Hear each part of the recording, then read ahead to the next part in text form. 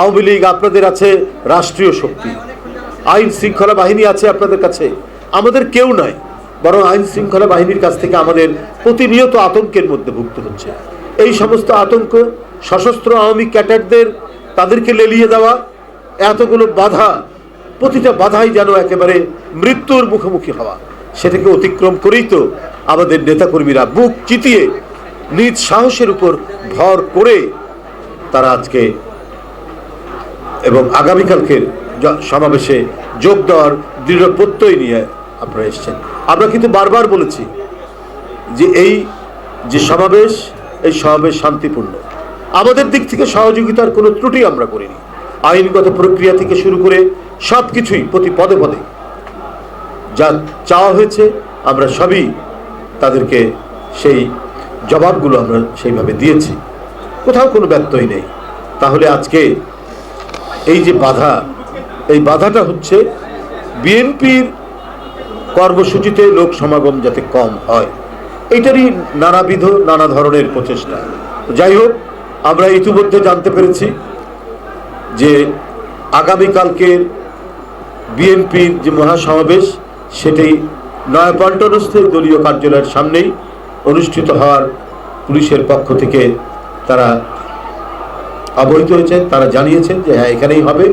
আমরা সেটার কপি আমরা পেয়েছি, আমরা হোয়াটসঅ্যাপে সেই কপিটা পেয়েছি, এখনও হার্ড কপি আমাদের হাতে এসে পৌঁছায়নি, কিন্তু সেটা আমাদের কাছে এসছে। আমি আপনাদেরকে শুধু 12টায় শুরু করবো, 12টায়। হ্যাঁ, তারা শর্তাবলী দিয়েছেন 20টা। হ্যাঁ, না যাই হোক, এটা আমরা পেয়েছি, কিন্তু আমাদের কালকের যে পুলিশের দিক থেকে যে ফর্মালিটিস সেটা তারা নিশ্চিত করেছেন। কালকে এখানে বিএনপির উদ্যোগে যে হ্যাঁ তারা তাদের দিক থেকে কোনো আপত্তি তারা করেনি, এটা জানিয়েছেন।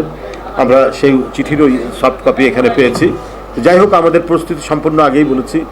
এমনিতে দেখছেন যে অনেক নেতাকর্মী এসে উপস্থিত হয়েছে, আমরা তাদেরকে নিবৃত্ত করছি। আমাদের আরও সিনিয়র নেতারা, আমি নিজে থেকে সবাই এখানে যেন কোনো ধরনের আইন শৃঙ্খলার উদ্ভব না হয়।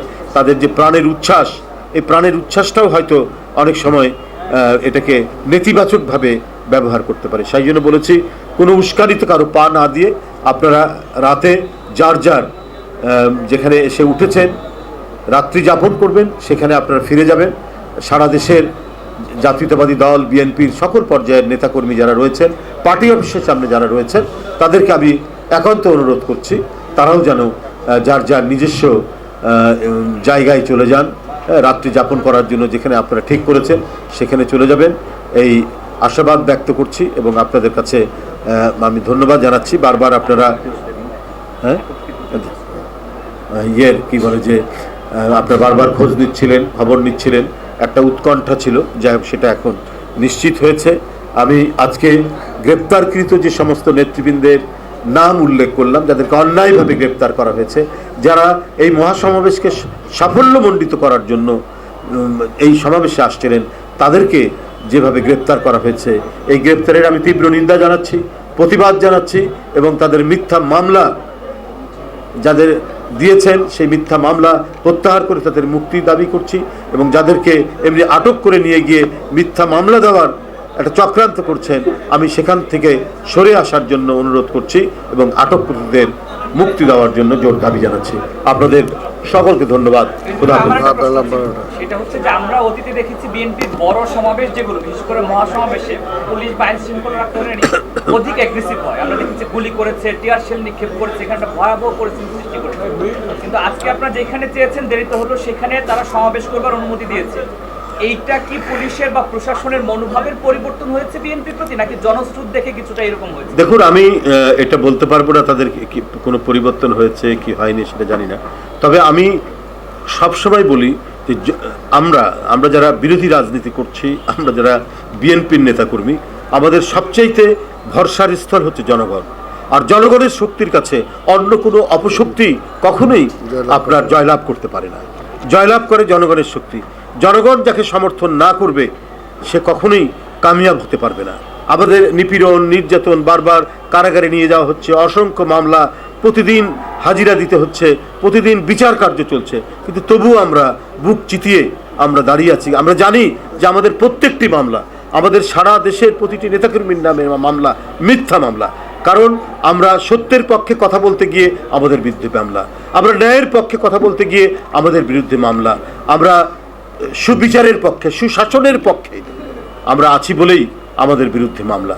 তাই যারা ন্যায়ের পক্ষে থাকে, যারা সত্যের পক্ষে থাকে, যারা ইনসাফের পক্ষে থাকে, তাদেরকে ধ্বংস করা যায় না। আপনাদের সকলকে ধন্যবাদ। কিন্তু এই অল্প সময়ে আপনাদের মঞ্চ তৈরির বিষয়টা তো বিশাল কর্মযোগ্য, কোনো প্রবলেম হবে কিনা? আশা, যখন আমরা পেয়েছি, পুলিশের দিক থেকে যখন আপত্তি নেই, সব কিছু পেয়েছি, তো তখন তো আর তো হওয়ার কথা নয়। আমাদের মঞ্চের কাজ এখনই শুরু হবে, মঞ্চের কাজ শুরু হবে। আমরা আমাদের সারা দেশ থেকে যারা নেতাকর্মী এসে উপস্থিত হয়েছেন, তাদেরকে আমরা যার যার এখন জায়গায় ফিরে যেতে বলছি, যেখানে আত্মীয় স্বজন যার বাসায় উঠেছেন বা বিভিন্ন স্থানে যেখানে যারা পেয়েছেন, তাদেরকে আমরা চলে যাওয়ার জন্য অনুরোধ করব এবং আমাদের মঞ্চের কাজ আর কিছুক্ষণের মধ্যেই শুরু হবে। কিসের সব আটকের সংখ্যা বললাম তো একবার, আপনারা তো পাবেনই, বলে দাও। মানে শুধু এই মহাসমাবেশকে কেন্দ্র করে গত 4 দিনে মোট গ্রেপ্তার করা হয়েছে 1680 জন, আর গতকাল থেকে এখন পর্যন্ত মোট গ্রেপ্তার হয়েছে 660 জনের অধিক নেতাকর্মী এবং মিথ্যা মামলা হয়েছে 22টি। আর আমরা 28 থেকে 29শে জুলাই এই ডেডলাইন ধরে আমরা যেটা বলি সেটাও কি বলবো? আচ্ছা, 28 ও 29শে জুলাই 2023 তারিখ হতে অদ্যাবধি বিএনপির কেন্দ্র ঘোষিত কর্মসূচিকে কেন্দ্র করে সারা দেশে প্রাপ্ত তথ্য অনুযায়ী মোট আহত হয়েছেন বিভিন্ন হামলায় আপনার আইন শৃঙ্খলা বাহিনী এবং আওয়ামী ক্যাডারদের হামলায় 2110 জনের অধিক নেতাকর্মী। মোট মামলা হয়েছে 422টি, মোট গ্রেপ্তার হয়েছে 4350 জন, মোট আসামি হয়েছেন 28890 জন এবং বিভিন্ন মামলায় সাজা 15টি মামলায় সাজা হয়েছে। সাজার ধরন হচ্ছে 9 জনের মৃত্যুদণ্ডাদেশ ও প্রায় 90 জনের অধিক নেতাকর্মীকে বিভিন্ন মেয়াদে কারাদণ্ডাদেশ দেওয়া হয়েছে।